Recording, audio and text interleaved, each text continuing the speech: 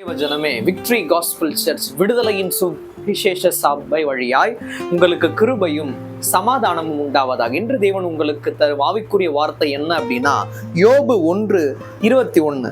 நிர்வாணமாய் என் தாயின் கர்ப்பத்திலிருந்து வந்தேன், நிர்வாணமாய் அவ்விடத்திற்கு திரும்புவேன். கர்த்தர் கொடுத்தார், கர்த்தர் எடுத்தார், கர்த்தருடைய நாமத்துக்கு ஸ்தோத்திரம் என்றான்.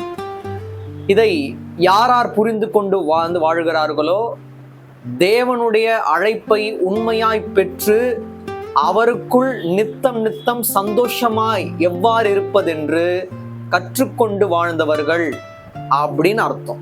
ஏன்னா யோபு பார்த்தீங்க அப்படின்னா அவருக்கு தெரியும், தேவன் ஒரு துன்பம் கொடுக்குறாருன்னா என்னை துன்பத்தின் ஒரு கடல்லே நீந்த வைக்க மாட்டாரு.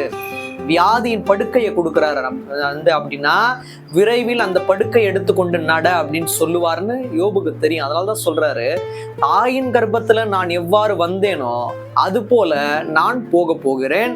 அதனால் தேவன் என்ன கொடுத்தாலும் நன்றி, அவர் எடுத்துக்கொண்டாலும் நன்றி.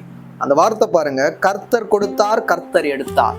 இது போல உங்களோட வாழ்க்கையில எவ்வளவு பெரிய பிரச்சனைகள் வந்தாலும் கர்த்தர் கொடுத்தார், கர்த்தர் எடுத்தார் என்று நீங்கள் வாழும்போது உங்களோட வாழ்க்கையில் நண்பர்களா இருக்கட்டும், உறவினர்களா இருக்கட்டும், யார் வந்தாலும் நீங்க விசுவாசமா சொல்லுவீங்க, அவங்க வந்தாலும் தேவன் கொடுத்தார், அவங்க சென்றாலும் தேவன் எடுத்தார்.